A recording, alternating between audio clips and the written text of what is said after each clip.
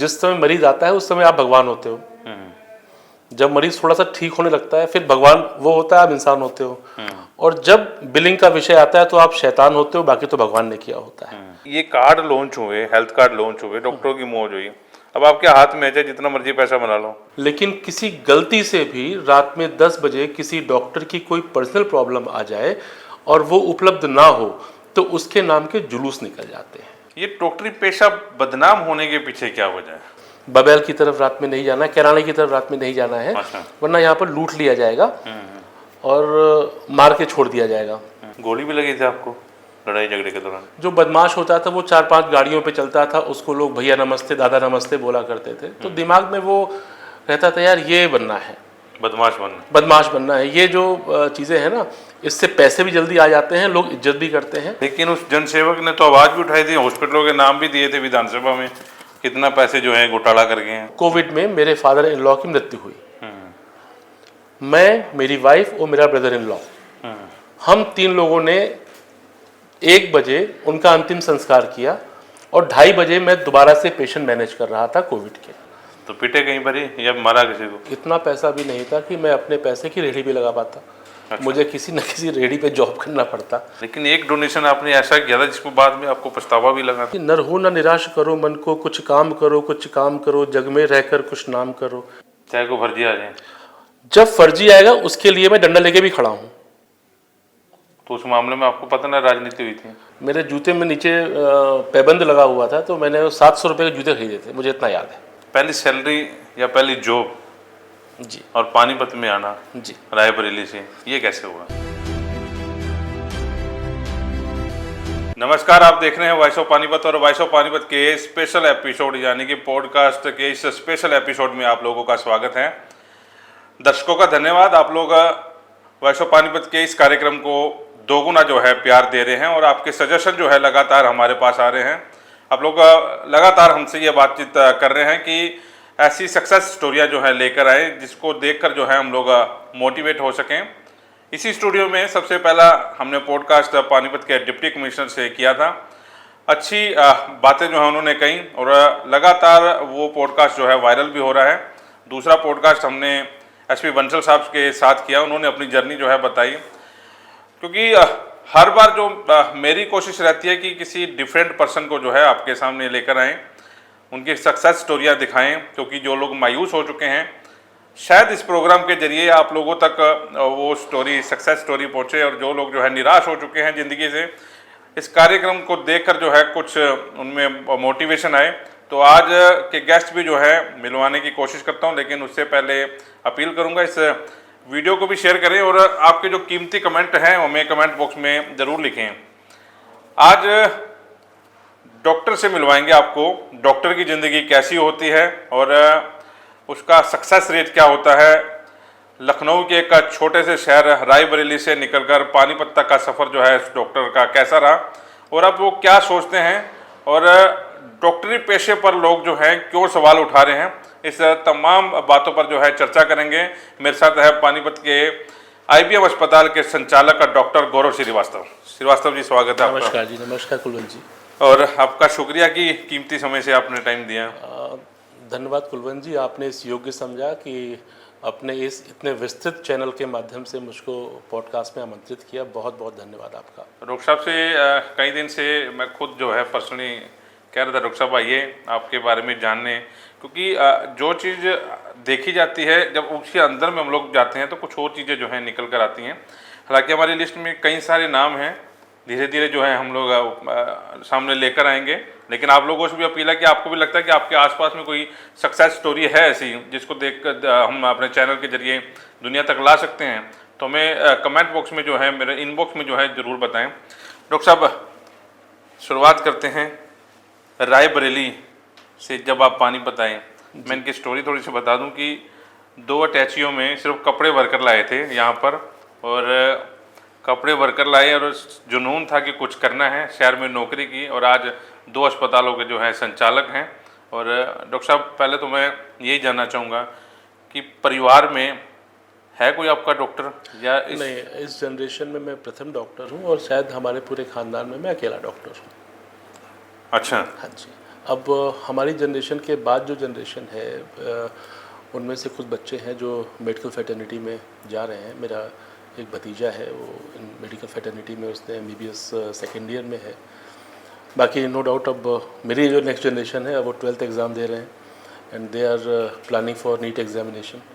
तो आगे क्या होगा ये भविष्य के गर्भ में है, प्रभु इच्छा क्या होगी देखते हैं। तो फादर साहब आपके जैसा कि जिक्र ही कर रहे थे, फोर्थ क्लास जी हाँ कर्मचारी थे। जी। मेरे फादर नेशनल टेक्सटाइल कॉरपोरेशन की एक कंपनी हुआ करती थी, लक्ष्मी रतन कॉटन मिल कानपुर में।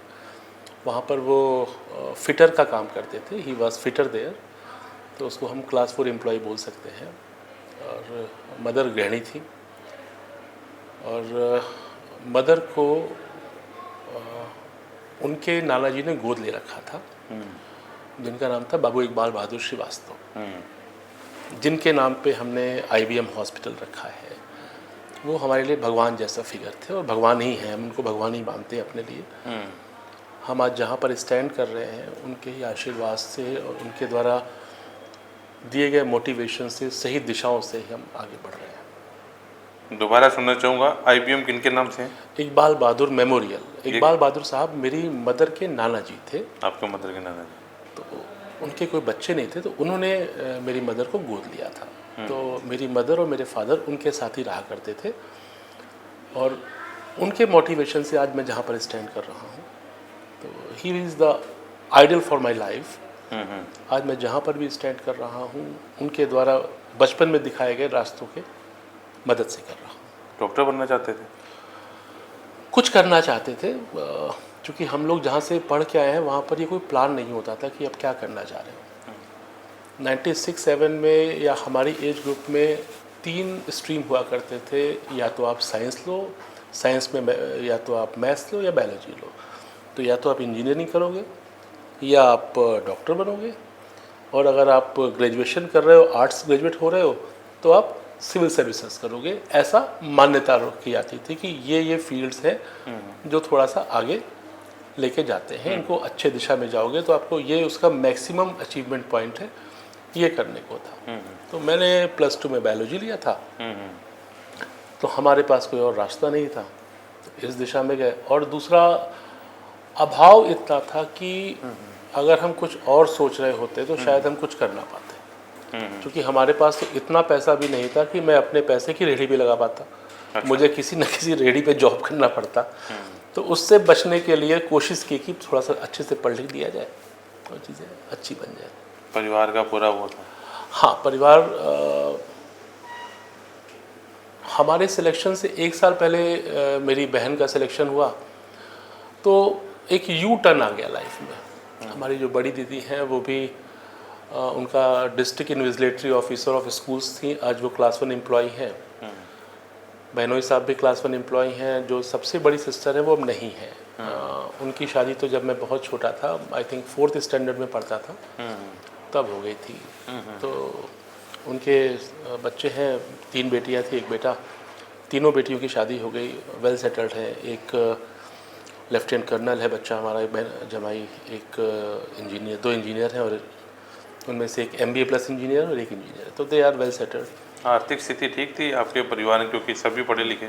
नहीं, आर्थिक स्थिति हैंड टू माउथ कह सकते हैं। और हमारे परिवार की आर्थिक स्थिति, हमारे 12वीं तक तो इस परिवेश में हम पढ़े हैं, इस परिवेश में हम आगे बढ़े हैं कि हो सकता है कि आज सब्जी ना हो, हम अचार से खा लें या चटनी से खा लें। तो बट अच्छा रहा, परिवार में एक दूसरे के प्रति स्नेह भाव रहा, और किताबों की कमी नहीं रही। रोटी की कमी तो भले हो जाती थी, लेकिन किताबों की कमी नहीं हो पाती थी। पिताजी का एक रहा हमेशा कि पढ़ो, अपना सिलेबस पढ़ो या सिलेबस के बाहर की चीज़ें पढ़ो जरूर। तो वो चूँकि वो खुद कम पढ़े लिखे थे, लेकिन उन्होंने हम लोगों को दिशा और दशा दोनों बहुत अच्छी थी। +2 के बाद? +2 के बाद हमने एग्ज़ाम दिया था। हमें +2 और मेडिकल एंट्रेंस एग्जामिनेशन में 3 महीने का अंतर आता था। इत्तेफाकन मैं उस समय अंडर एज था, तो हम एलिजिबल नहीं थे मेडिकल में एग्ज़ाम देने के लिए, लेकिन हमने एग्ज़ाम दे दिया था कि चलो एग्ज़ाम दे के देखते हैं क्या होता है। तो प्रथम बार के जो हमारा अटैम्प्ट था उसमें मुझे BMS मिला था। गुरुकुल कांगड़ी एक कॉलेज है हरिद्वार में, वहाँ पर मेरा BMS में हो गया था। मेरे ख्याल से 1200 या समथिंग रैंक आई थी स्टेट PMT में। तो ये तो अच्छी बात है कि मैं एलिजिबल नहीं था, वरना आज मैं BMS ही होता, जो कि हमारी वो क्षमता नहीं थी कि मैं उस कॉलेज को छोड़ पाता। क्योंकि आर्थिक परिवेश ऐसा था कि हमारे लिए वो भी एक संजीवनी बूटी जैसा था, BMS में एडमिशन भी। तो फिर 1 साल बाद हमारे दोस्त के फादर थे, उन्होंने बड़ी मदद की। मिस्टर DP सिंह एडवोकेट, उन्होंने बड़ी मदद की। उन्होंने अपने पैसे से हमें कोचिंग करने के लिए भेजा अपने बेटे के साथ में, और उनके द्वारा दी गई फीस की बदौलत हम कोचिंग कर पाए। और प्रभु का आशीर्वाद रहा और सिलेक्शन हो गया, अच्छी रैंक आ गई, गवर्नमेंट इंस्टीट्यूट मिल गया। वहाँ से MBBS के बाद एक मन में था कि हाँ 15-20 हज़ार रुपये कमाएंगे तो कम से कम रोज़ का खाना की व्यवस्था अच्छे से रहा करेगी, उसमें दिक्कत नहीं आएगी। अच्छा, मेरे फादर ने सेकेंड मंथ ही मुझे बोल दिया कि यार जो तुम्हारा 1500 से 1800 रुपये महीने खर्चा आता है वो हम सक्षम नहीं हो पा रहे हैं करने के लिए। आपके फादर बोले? हाँ, तो हमने बचपन से, हमारे जो ग्रेट ग्रैंडफादर थे इकबाल बहादुर श्रीवास्तव जी, उन्होंने एक बात दिमाग में भर रखी थी, हारिए ना हिम्मत बिसारिए ना राम। तो ये चीज़ दिमाग में भरी हुई थी कि हार नहीं माननी है। तो जिस कोचिंग में हम पढ़ते थे वहीं पर हम जूलॉजी की क्लास लिया करते थे हफ्ते में 2 बार। और उस समय खर्चा हमारा आता था 1500 से 1800 रुपये का, एक सामान्यतः खर्चा मेडिकल कॉलेज में इतना आता था। और हम उस समय भी कमाते थे 6000 रुपये। तो जीवन यापन बढ़िया तरीके से चला करता था। तो उस समय कोई आवश्यकता ऐसी नहीं रही कि हमारी पढ़ाई में दिक्कत आ रही हो या वहाँ पर हमारे खर्चे में दिक्कत आ रही हो। हाँ, काम हमने अपने को इन्वॉल्व रखा। अच्छा, डॉक्टर बनने की सोची थी, शरारती थे, बदमाशी करी, कुछ ऐसा हुआ? कुलवंत जी, ये कुछ ऐसे डार्क पेजेस हैं जिनको यूजुअली मैं नहीं चाहता हूँ खोलना।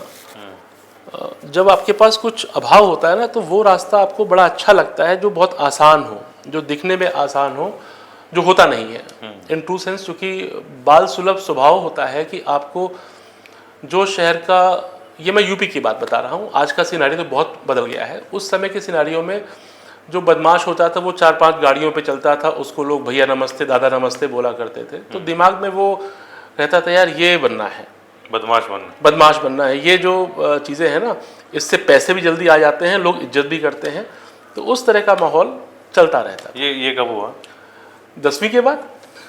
10वीं में तो मेरी 13th रैंक आई थी स्टेट में, यूपी बोर्ड में।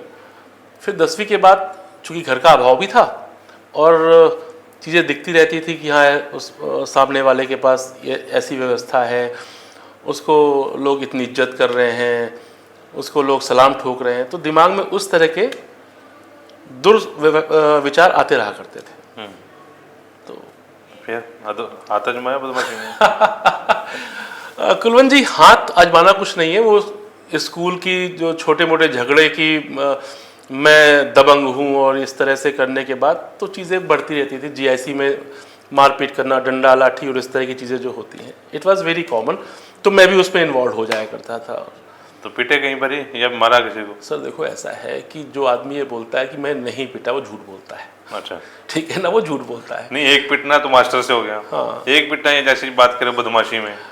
बदमाशी में भी 2-4 दोस्त हम थे, घेर के पकड़े गए थे और अच्छे खासी धुलाई भी हुई थी।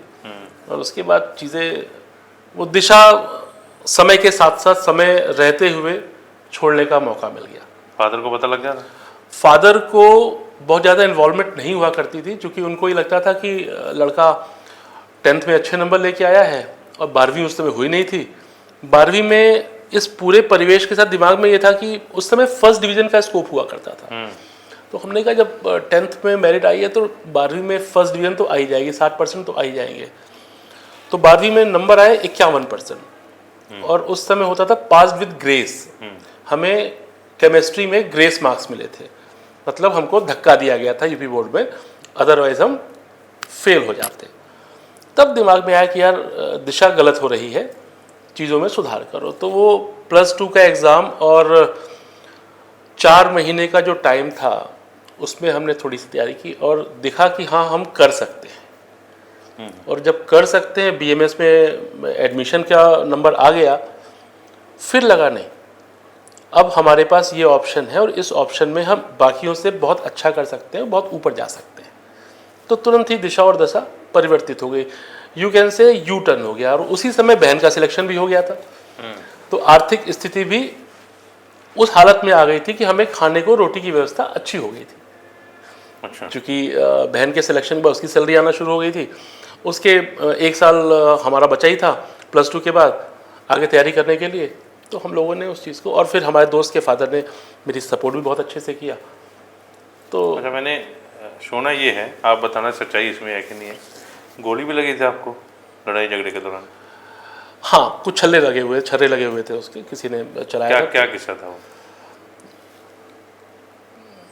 कुलवंत जी, इस विषय को हम बहुत ज़्यादा, क्योंकि मेरा ये कार्यक्रम ये है कि अंदर की बात जो है ना, क्योंकि वो तो बीता समय चला गया, खत्म हो गया। कुलवंत जी, इस विषय पे हम चर्चा करना बहुत नहीं चाहेंगे। हाँ, वो कुछ ऐसा हुआ था कि हमारे किसी साथी के साथ कुछ झगड़ा हुआ था, तो उस कंडीशन में मैं सामने आ गया था, तो लगा था। आज वो छर्रे आज भी हैं अंदर संभाल के रखा हुआ है। आज भी शरीर में है, पेबस्त हैं वो छर्रे, वो समय के साथ साथ चीज़ें। अच्छा, चलो आपने कर लिया, डॉक्टरी का कोर्स पूरा हो गया, सारे काम हो गए। जी जी जी। पहली सैलरी या पहली जॉब जी, और पानीपत में आना जी। रायबरेली से, ये कैसे हुआ? कुलवंत जी, मैं रायबरेली से पानीपत में सीधे नहीं आया था। हमने अपना ग्रेजुएशन के बाद अपना डिप्लोमा किया कार्डियोलॉजी में Shri Ramchandra institute of medical sciences Chennai से। उसके बाद करने के बाद मैं दिल्ली आ गया। दिल्ली में आने के बाद मैं अपनी फेलोशिप करने के लिए Washington college of medicine US गया। वहाँ पर मैंने अपना 3 महीने की ट्रेनिंग की। 3 महीने की ट्रेनिंग करने के बाद मैं वापस गंगाराम में आके, गंगाराम में सिटी हॉस्पिटल है, वहाँ पर ज्वाइन किया, और साथ में मैंने संजीवन हॉस्पिटल में ज्वाइन किया। तो मैं 24 आवर्स काम किया करता था उस समय। रात में मैं संजीवन हॉस्पिटल में काम किया करता था और दिन में सिटी हॉस्पिटल में काम किया करता था।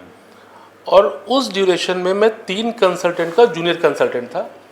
तो जो होम विजिट हुआ करती थी, होम विजिट में सपोज दैट एक्स अमाउंट मिलता था उनको, तो x/4 मेरे हिस्से में आता था और 3/4 x उनके हिस्से में जाता था। तो इस तरह करके उस समय ज़ील हुआ करती थी, कितना काम कर लूँ, कितना अच्छे से पैसे की व्यवस्था कर लूँ ताकि मैं अपने परिवार की भी मदद कर पाऊँ और अपना भी कर पाऊँ। कुछ पर्सनल सर्कमस्टांसेस के बाद मैं हिमाचल चला गया जॉब करने के लिए। वहाँ पर मैं, एक बैजनाथ जगह है, तो वहाँ पर जॉब करने के लिए गया। बैजनाथ में जॉब किया।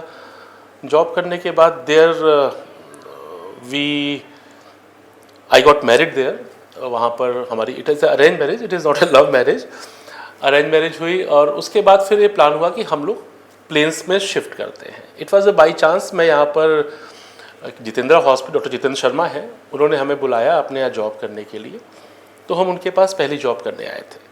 इसके पहले हमने गंगाराम, संजीवन हॉस्पिटल और बैजनाथ यहाँ पर जॉब किया था। कितने साल पहले की बात है और कितनी सैलरी थी? जब मैं बैजनाथ में था उस समय मेरी सैलरी 68,000 रुपीज़ थी। मैं बात कर रहा हूँ 2007 की। जब मैं पानीपत आया तो डॉक्टर जितेंद्र ने मुझे 60,000 प्लस इक्वल शेयर पे रखा था, जो भी ज़्यादा होगा। तो कुछ हम लोगों का परस्पर चीज़ें बहुत अच्छे से नहीं सेटल हो पाई, तो हम लोगों ने म्यूचुअल कंसेंट से करके अपने आप को अलग कर लिया। फिर 2009 में मैंने अपना ये क्लिनिक स्टार्ट किया, गौरव हॉस्पिटल के नाम से। गौरव हॉस्पिटल के नाम से स्टार्ट किया और काम करते गए। मैंने, मेरी वाइफ ने, आज मैं जहाँ भी स्टैंड कर रहा हूँ उसमें मेरी वाइफ का बहुत योगदान है। मेरी वाइफ, शी इज़ MBA, और जब वो 3rd ट्राइमेस्टर तक प्रेग्नेंट थी तब तक उसने हॉस्पिटल के काम को किया है, मार्केटिंग की है। ओके।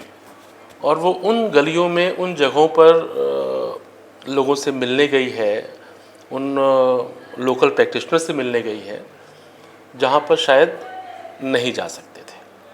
तो आज हम जहाँ भी स्टैंड कर रहे हैं उसमें से 75 to 80% योगदान तो मेरी वाइफ का ही है। उसके लिए जितना भी धन्यवाद करें वो कम ही रहेगा। वो देख रहे हैं इसलिए कह रहे हो कि मतलब? नहीं, शायद वो देख नहीं रहे होंगे। देख रहे हैं, चैनल पे देख रहे हैं, तो इसलिए चलो यार ये बात कह दूं। नहीं, कभी घर जाके ये कहें यार डॉक्टर साहब बॉस, ये बात कहने का नहीं विषय है। ये हमारे जो इर्द गिर्द जो दोस्त रहे हैं, जो हमारे साथ में पानीपत आए हैं, उन सबको ये विषय मालूम है कि हम दोनों ने, मैंने तो चेंबर के अंदर बैठ के काम किया है, मेरी वाइफ ने लोगों से मेरी मार्केटिंग की है, अस्पताल के बारे में बताया है कि हम क्या कर रहे हैं और बाकियों से अच्छा कर रहे हैं, और इसलिए आपने मरीज़ भेजिए। हमारे पास जब मैं पानीपत आया था तो मारुति एस्टीम होती थी मेरे पास, और मारुति एस्टीम में ही हमारी ईसीजी मशीन होती थी, हमारा एक मॉनिटर लगा होता था और एक डीप फेबिलेटर होता है जिससे हम लोग शॉक देते हैं हार्ट को, वो मेरी गाड़ी में होता था। और 2008-9 में कहा जाता था कि चुलकाना नहीं जाना है, मनाना नहीं जाना है, रात में बबैल की तरफ रात में नहीं जाना है, कैराने की तरफ रात में नहीं जाना है, वरना यहाँ पर लूट लिया जाएगा और मार के छोड़ दिया जाएगा। बट उस समय भी हमने काम किया है। मैंने उन गांव में जाके पेशेंट को थ्रोम्बोलाइज भी किया है। तो वो समय डिफ़िकल्ट था। डिफ़िकल्ट समय के साथ साथ हम लोग अपने को निखार के निकले हैं। उस समय जो पहली सैलरी आई थी किसको दी थी? पहली सैलरी जो हमें गंगाराम से मिली थी वो मैंने मेरे ख्याल से अपने पास ही रखी थी। अपने पास ही रखी थी, क्योंकि जो घर को मुझे भेजना होता था वो तो भेजते रहते थे। तो रखने के बाद फिर मैंने जूते खरीदे थे। अच्छा। मेरे जूते में नीचे पैबंद लगा हुआ था, तो मैंने 700 रुपये के जूते खरीदे थे, मुझे इतना याद है। अच्छा। हाँ, मैंने 700 रुपये के जूते खरीदे थे। तो खर्चा करने की हिम्मत कम पड़ती थी। जब कमाना शुरू किया तो खर्च करने की हिम्मत कम पड़ती थी। पहले तो फादर का पैसा था। फादर का पैसा कभी रहा ही नहीं था सर। नहीं, मतलब आपने 12वीं तक भी, 12वीं के बाद से फादर का पैसा रहा ही नहीं। जो अर्न किया उनके प्रताप से, उनके आशीर्वाद से किया, लेकिन अपने आप को प्रूव करते करते, चीज़ों को पढ़ते पढ़ते अपने काम को करते रहे। ये था। गौरव हॉस्पिटल सनोली रोड, जी, उसके बिल्कुल सामने अपोजिट में आईपीएम। जी, वो रेंट पे था गौरव? जी बिल्कुल रेंट पे था सर। गौरव भी रेंट पे था, और जब मैंने आईबीएम स्टार्ट किया था ये भी रेंट पे था। ये भी रेंट पे था। रेंट के बाद इसको परचेज करते करते मुझे 13 साल लग गए। मैंने इसको परचेज किया है 2018 में। रेंटेड थी बिल्डिंग? 2021 में। 21 में? 21 में। तो रेंटेड बिल्डिंग थी सर मेरी। तो मिस्टर नागपाल हुआ करते हैं पानीपत में, तो उनकी प्रॉपर्टी थी। उस प्रॉपर्टी में उन्होंने मेरा बड़ा सहयोग किया। मैं धन्यवाद देना चाहूँगा नागपाल साहब को, वरना कोई अपनी प्रॉपर्टी को, और ख़ासकर जहाँ से अच्छा रेंट आ रहा हो, बेचता नहीं है। नागपाल साहब ने मेरे ऊपर दया की और आज वो प्रॉपर्टी मेरे पास है। उसके बाद आईएमए का भी प्रेसिडेंट भी आप रहे? हाँ, हमारे कोलीग्स ने विश्वास जताया मेरे ऊपर। मैं आईएमए का प्रेसिडेंट भी रहा, 2018 में रहा। 2018-19 में मैं प्रेसिडेंट था। तो हमने एक अपने इंस्टॉलेशन सेरेमनी में कहा था कि हमारे टेन्योर में हॉस्पिटल में कोई भी न्यूसेंस एलिमेंट आकर के किसी डॉक्टर पे हाथ नहीं चलाएगा। ये मैंने इंस्टॉलेशन सेरेमनी में बोला था, और वो पूरा साल मैं अपनी टीम के साथ खड़ा रहा। आप 2018 के ईयर में कभी डिस्कस करेंगे, किसी हॉस्पिटल में कोई न्यूसेंस एलिमेंट नहीं हुआ था। ऐसा क्यों हो गया कि डॉक्टरी पेशा क्यों बदनाम होता जा रहा है? कभी देखो विचार तो आता होगा, मतलब कॉरपोरेट सा सारा सिस्टम हो गया ये वाला जो है ना। हॉस्पिटल बड़े बड़े हो गए। जी, ठीक है। स्टाफ ठीक ठीक हो गया। जी। मतलब अब एक बार आदमी ऐसा कहते हैं, ऑब्जर्व भी किया है कि एक बार आदमी फंस जाए भाई, एक बार इसको निचोड़ के छोड़ना है। और कुछ हॉस्पिटल्स तो यहाँ तक बदनाम हैं पानीपत के ही कि उसके घर के मकान तक बिकवा देते हैं उसका। ये डॉक्टरी पेशा बदनाम होने के पीछे क्या वजह है? कुलवंत जी, एक मैं छोटा सा प्रश्न पूछूंगा आपसे। रात में 10 बजे के बाद आपको किसी कारपेंटर की आवश्यकता पड़ जाए तो क्या कारपेंटर उपलब्ध होता है? नहीं होता। नहीं होता है। लेकिन किसी गलती से भी रात में 10 बजे किसी डॉक्टर की कोई पर्सनल प्रॉब्लम आ जाए और वो उपलब्ध ना हो तो उसके नाम के जुलूस निकल जाते हैं। कि आपकी तो 24x7 जो है आपकी जिम्मेवारी है। 24x7 हम शरीर ही हैं भाई, ह्यूमन बीइंग है हम। ऐसा बिल्कुल नहीं है कि हम ह्यूमन बीइंग नहीं है। तो उस चीज का चार्ज भी करते हैं आप? नहीं, इमरजेंसी आप नहीं, मैं क्या कह रहा हूँ, इमरजेंसी चार्ज सारे करते हैं। आपसे एक प्लम्बर की बात मैं कर रहा हूँ। प्लम्बर को रात में 11 बजे आप बोलिए कि भाई तू आजा, मैं तुम्हें 3 गुना चार्ज दूंगा। आप बताइए कितने आते हैं प्लम्बर? ठीक है ना? आप और प्लम्बर को छोड़िए, आप सफाई कर्मचारी जो क्लास 4 एम्प्लॉय है, जो नाला साफ करता है, उसको रात में 10 बजे के बाद फ़ोन कीजिए कि साहब हमारा नाला जाम हो गया है, हमारा वॉशरूम जाम हो गया है, इसको आप खुलवा दीजिए। क्या आएगा वो? बट डॉक्टर फिर भी आता है। मैं अपनी बात बता रहा हूँ। कोविड में मेरे फादर इन लॉ की मृत्यु हुई। मैं, मेरी वाइफ और मेरा ब्रदर इन लॉ, हम 3 लोगों ने 1 बजे उनका अंतिम संस्कार किया और 2:30 बजे मैं दोबारा से पेशेंट मैनेज कर रहा था कोविड के पानीपत में। तो हमेशा किसी भी चीज का एक पहलू देखना बड़ा आसान होता है। मैं 100% तो सवाल उठा ही नहीं रहा। 100% सवाल मैंने नहीं उठाए। मैंने कुछ सवाल उठाए हैं कि ऐसा भी है, क्योंकि लॉकडाउन के दौरान, कोरोना के दौरान मैंने ये चीज़ वो ऑब्जर्व भी की कि कई हॉस्पिटल बंद होने के कगार पर थे। ऐसा क्या हो गया कोरोना के बाद, वो कैसे सरवाइव कर पाए और आज वो हॉस्पिटल मतलब अच्छे ढंग से चल रहे हैं? कुलन जी, जिन अस्पतालों की आप बात कर रहे हैं वो किसी मेडिको के द्वारा चलाए गए अस्पताल नहीं थे। मैं एक आध किसी का नाम नहीं इंगित करूंगा, बट वो नॉन मेडिको के द्वारा चलाए गए अस्पताल थे जहां पर इस तरह की चीज़ें हो रही थी। आप अगर 2018 का विषय उस समय कोविड का विषय उठा के देखेंगे, हमने 723 पेशेंट मैनेज किए थे और हमारे यहाँ टोटल 11 मॉर्टेलिटी हुई थी, जिसमें से मेरे फादर इन लॉ भी थे। हमारी पूरी की पूरी टीम रात दिन 24 घंटे, मेरे आरएमओज, मेरा चेस्ट फिजिशियन, मैं और हमारा सारा स्टाफ चीज़ों को करने में लगा था। And by the grace of God एक भी लिटिगेशन हमारे हॉस्पिटल में नहीं हुआ। चलो ये बात ठीक है, अच्छा है कि मतलब क्योंकि आपको भगवान का दर्जा जो है डॉक्टर को दिया जाता है, और जिसका परिवार में बच जाए आदमी, जो सीरियस पेशेंट है बच जाता है, तो वो तो आपको भगवान की तरह पूछता है कि मतलब डॉक्टर के पास। सर 3 फेज होते हैं, मैं बताता हूँ आपको। ऑन द लाइटर नोट, जिस समय मरीज आता है उस समय आप भगवान होते हो। जब मरीज थोड़ा सा ठीक होने लगता है फिर भगवान वो होता है, आप इंसान होते हो। और जब बिलिंग का विषय आता है तो आप शैतान होते हो, बाकी तो भगवान ने किया होता है। तो ये टेम्परामेंट है। वही पेशेंट दिल्ली जाएगा और कॉरपोरेट में जाएगा जहां पर डॉक्टर से उसको मिलना भी नहीं होता है। डॉक्टर्स दिन में एक बार मुलाकात हो जाए बहुत बड़ी बात है, अदरवाइज वो भी नहीं हो पाता है, ना ही आप पेशेंट के पास बैठ पाते हो। वहां पर आप बड़े ही खुशी में जाकर के बोलते हो जी मेरा तो 10 लाख रुपए लग गया था 4 दिन के अंदर, आई एम वेरी हैप्पी। जब वही फैसिलिटीज आपको यहाँ पर मिल रही होती हैं, अंतर क्या आता है कि यहाँ पर आपको इंसान समझा जाता है, यहाँ पर आपको अपनत्व होता है, डॉक्टर आपको अपना समझता है।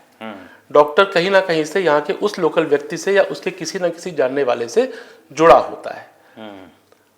उस समय आपको बिलिंग के विषय में ये बातें डिस्कस करने का नहीं है, बट फिर भी मैं बता रहा हूँ तो 10 फोन भी आएंगे और आप ओबलाइज भी करोगे और करना पड़ता भी है, बिकॉज हम सबको एक साथ में रहना होता है। वो ठीक है, लेकिन जब आपकी आईएमए इतनी बड़ी संस्था है, जी जी, विदेश लेवल तक की संस्था है, हाँ, नेशनल ये नॉन सीरियस जो आ जाते हैं, मतलब जिनका डॉक्टरी पेशे से दूर दूर तक मतलब नहीं है, ठीक है, कॉरपोरेट सिस्टम बना देते हैं। कभी आपका डिस्कशन नहीं हुआ इस मामले में भी उस आदमी को, क्योंकि बिजनेस करना चलो ठीक है, हर आदमी की वो है कि बिजनेस कर सकते हैं, क्योंकि कहते हैं ना कि एक मछली सारे तालाब को गंदा करती है। मैं आपको बताऊं कुलवंत जी, आज ना हमारी भारत सरकार बहुत सारे ऐसे लॉज ला रही है कि धीरे धीरे जो कॉरपोरेट सेक्टर में लोग काम करना चाहते हैं, नॉन टेक्निकल लोग या नॉन मेडिकल के लोग, उनको बहुत ज़्यादा इन्वेस्टमेंट करके डॉक्टर्स रखने पड़ेंगे फुल टाइम।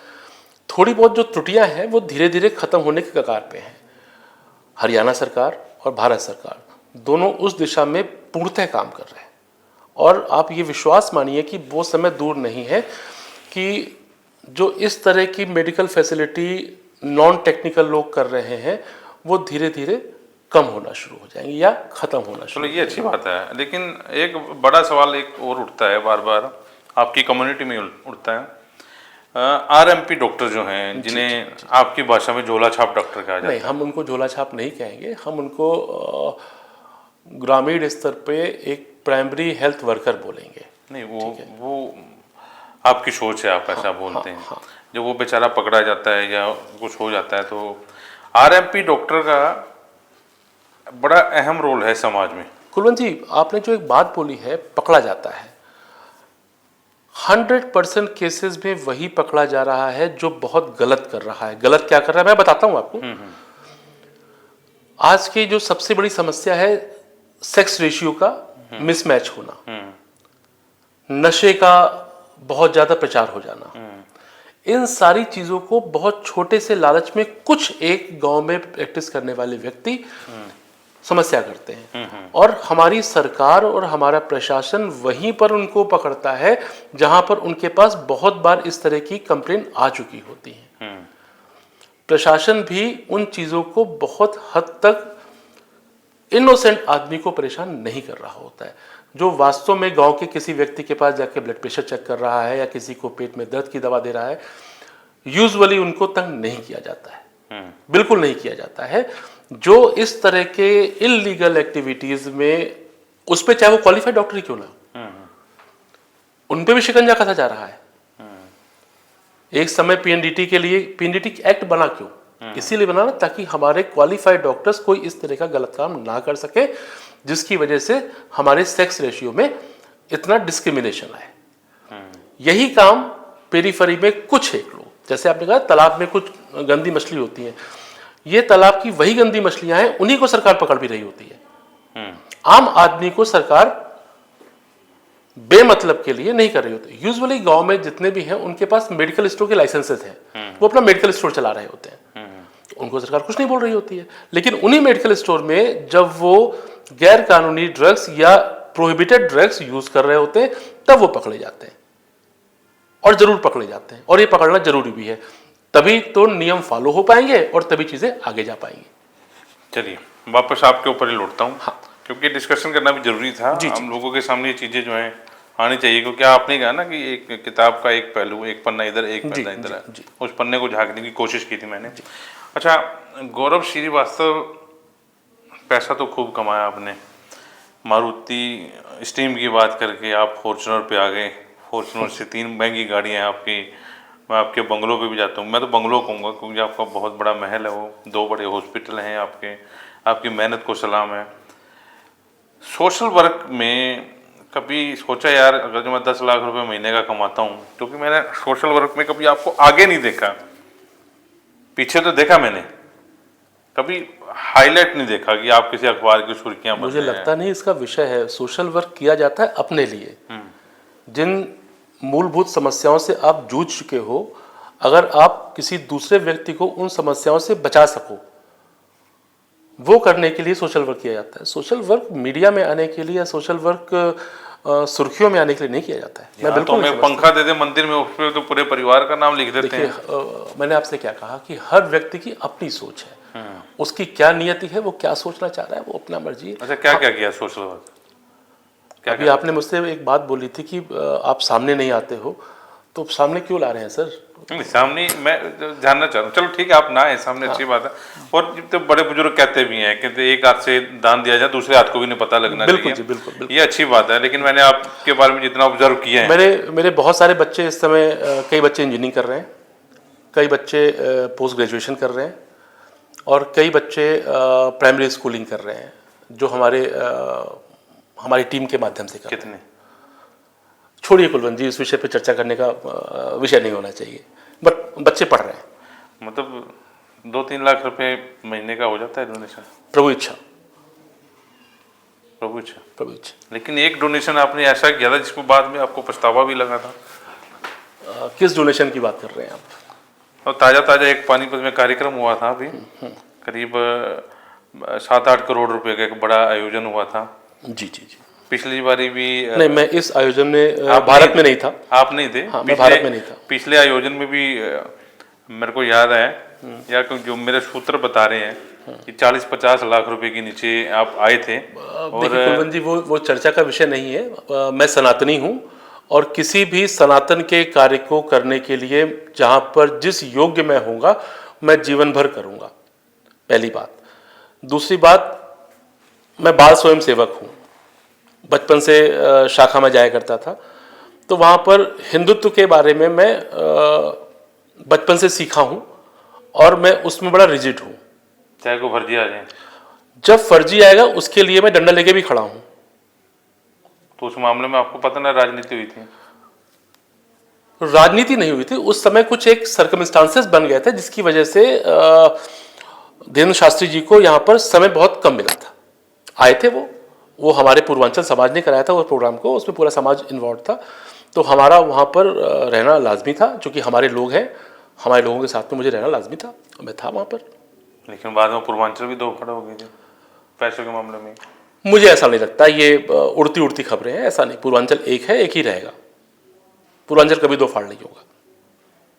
पक्की बात है? पक्की बात है। लेकिन जो ऑडियो वायरल हुई है बाद में, अब देखिए, ऑडियो क्या वायरल हुई, कोई व्यक्ति किसी को अपना समझ के कोई दो बातें कर रहा हो, उसको रिकॉर्ड कर लिया जाए, ऐसे धूर्त व्यक्तियों को तो मैं सिरे से नकारता हूँ। किसी का भी वायरल करना, किसी की ऑडियो बनाना, मैं इस बात को सिरे से नकारता हूँ और इस बात को मैं भर्त्सना करता हूँ। लेकिन ऑडियो वायरल ना होती तो आप लोग जैसे और जितने लोग हैं वो पीछे कैसे हटते हैं? नहीं, तो मैं पीछे हटने का विषय नहीं है। मैं तो भारत में नहीं था, मेरी कॉन्फ्रेंस थी, मैं उस समय आउट ऑफ इंडिया था, पेरिस था। भारत में होते तो आप 1-2 करोड़ दे देते? नहीं, हम यथोचित करते, जो हमारी क्षमता होती करते। वो विषय अलग होता, उस समय क्या होता, कैसे होता। मैंने आपसे एक बात कही ना, मैं सनातनी हूँ, यथोचित अपने क्षमता के अनुसार सदैव करूंगा। बड़े तरीके से बात घुमा गए। कुलवंत जी, घुमाने का विषय ही नहीं है, तो सीधा सा। अच्छा, पूर्वांचल समाज से आप बात है, पूर्वांचल समाज के लिए क्या कर रहे हैं? पूर्वांचल समाज के लिए क्या कर रहे हैं, कोशिश ये रहती है कि जो बच्चे पढ़ने के लिए जिनको आवश्यकता हो, जहाँ पर मैं कुछ कर सकता हूँ, मैं पीछे नहीं रहता हूँ। किसी के स्वास्थ्य संबंधी कोई समस्या है जो मैं कर सकता हूँ, उसके लिए पीछे नहीं रहता हूँ। इसके भी ऊपर मैं चाहता हूँ कि हमारे समाज के लोग अपने बारे में समझें, जानें, अपनी क्षमताओं के बारे में जानें। पूर्वांचल है क्या, मैं पहले एक बात आपसे करना चाहता हूँ। पूर्वांचल की वैल्यू क्यों है? पूर्वांचल की वैल्यू है भीड़ से। हम यहाँ पर लाखों की संख्या में हैं। लाखों की संख्या में होने के बाद जब तक हम ये नहीं समझेंगे कि हमारी भी कहीं पर से है, तब तक समस्या का विषय रहेगा। तो मेरी सोच हमेशा रहती है कि हम किसी प्रोग्राम को कराने से पहले उस युवा को, उस बच्चे को सही दिशा दें जो चौथे क्लास से ही चाहता है, उसके घर वाले के पास पैसे की व्यवस्था नहीं होती है और वो पढ़ नहीं पाता है। तो हमारा पहला उद्देश्य है एजुकेशन देना, और चिकित्सा और शिक्षा, इन दो विषयों पे मैं काम कर रहा हूँ और मैं इस पे आने वाले समय में बहुत कुछ करने की प्लानिंग में हूँ और करूँगा। राजनीति में नहीं कभी सोचा राजनीति में आ जाऊँ? नहीं, मेरा वो डोमेन नहीं है। मैं संगठन का व्यक्ति हूँ और संगठन में जाके काम कर सकता हूँ। राजनीति में, इलेक्टोरल पॉलिटिक्स में मेरा कोई बाई चांस ऊपर से आदेश आ जाए आप अच्छा काम कर रहे हैं, काम करेंगे। आदेश कुछ भी हो, काम हमेशा करेंगे, आजीवन करेंगे। कभी राजनीति में जाना? इलेक्टोरल पॉलिटिक्स में मेरा कोई इंटरेस्ट नहीं है। बाकी भविष्य के गर्भ में क्या है प्रभु जानेगा, लेकिन हमारा कोई इंटरेस्ट नहीं है। पूर्वांचल की राजनीति करें? कोई राजनीति नहीं, मैं किसी भी राजनीतिक पोर्टफोलियो में इन्वॉल्व नहीं रहता हूँ। मैं सोशल चीज़ों में इन्वॉल्व रहता हूँ। आप तो पूरा का पूरा पानीपत संभाल रहे हैं कुलवंत जी, आपने कभी देखा है मुझे किसी राजनीतिक मंच में मंच साझा करते हुए या मंच पे आगे कूदते हुए? मेरे ख्याल से नहीं देखा होगा। हाँ, सोशल गैदरिंग में आपने मुझे देखा होगा, मैं रहता हूँ, इसमें कोई दो राय नहीं है। क्योंकि मैं बात ऐसे कर रहा हूँ ना, इसलिए कर रहा हूँ कि आप जैसे सोशल लाइफ में हैं, सोशल काम करते रहते हैं। मैंने कई ऐसे देखे जो सोशल काम इसीलिए कर रहे थे, उनको राजनीति में आना था, और देखा भी। वो बात अलग है कि आज बेचारे ना सोशल लाइफ में रहे ना राजनीति में रहे। कुलवंत जी, ये नज़रिया अपना पर्सनलाइज है और इंडिविजुअलाइज नज़रिए के हिसाब से जो जैसा करना चाह रहा है वो कर रहा है। हमारा नज़रिया वो बिल्कुल नहीं है। हमारा नज़रिया अपने समाज के लिए, अपने देश के लिए, चूँकि हमारे संघ में सिखाया जाता है राष्ट्र प्रथम, और हम उसी विचार को मानने वाले लोग हैं, उसी विचार पे चलने वाले लोग हैं और उसी विचार पे अपने आप को आगे बढ़ाने वाले लोग हैं। अच्छा, लास्ट सवाल ये करूँगा, मैं निराश हूँ, मैं मायूस हूँ, मैं कुछ कर नहीं पा रहा, मेरे सपने हैं बड़े, मैं क्या करूँ? मैंने आपसे एक बात कही थी, नर हो न निराश करो मन को, कुछ काम करो, कुछ काम करो, जग में रहकर कुछ नाम करो, या जन्म हुआ किस अर्थ अहो, समझो जिसमें ये व्यर्थ न हो। मैथिली शरण गुप्त जी की ये कविता है। इस चीज़ को अपने जीवन में आत्मसात कर लो, कभी ये विषय आएगा ही नहीं, कभी ये निराशा का विषय ही नहीं आएगा। जब आपने कविता पढ़ी थी उसके बाद निराश नहीं हुए? मुझे तो लगता है कि निराश हुआ मैं।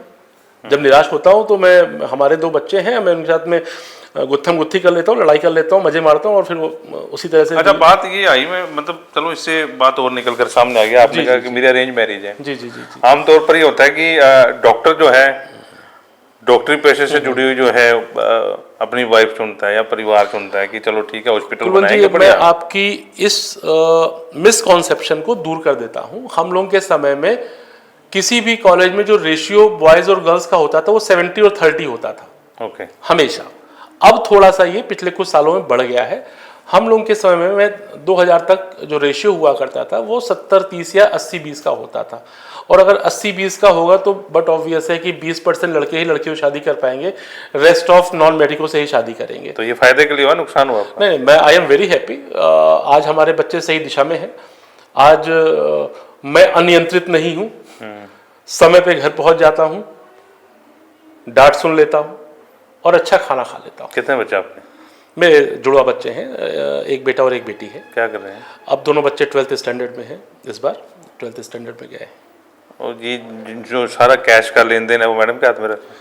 सर अब तो कैश होता ही नहीं ना, डॉक्टर सबसे गरीब प्राणी होता है। अब तो कैश कुछ है ही नहीं, अब तो सारा कुछ पैरों के माध्यम से हो गया। डॉक्टरों की तो इस बात को भी मौज हो गई, ये जितने स्टार हेल्थ, फलाना हेल्थ, ढिमकाना हेल्थ, आयुष्मान आ गया, ये आ गया, वो आ गया, चलो ठीक है कैश नहीं होता। लेकिन इसमें कितनी सच्चाई है कि ये कार्ड लॉन्च हुए, हेल्थ कार्ड लॉन्च हुए, डॉक्टरों की मौज हुई, अब आपके हाथ में है, जितना मर्जी पैसा बना लो। सर ऐसा होता नहीं है। फिर मैं कई सारे मैं मीडिया के माध्यम से बताना चाहूँगा, हर चीज़ का एक पैकेज होता है, हर चीज़ का एक सिस्टम होता है। उस सिस्टम से बाहर कुछ भी नहीं संभव है। हर चीज़ के लिए एक एक लेवल के ऊपर चेक लगा होता है और उस चेक पे आज के परिवेश में आप 1% भी इधर उधर नहीं कर सकते हो। तो ये सिर्फ और सिर्फ भ्रांति है कि डॉक्टर्स कार्ड खाली कर ले रहे हैं या ऐसा कुछ कर रहे हैं।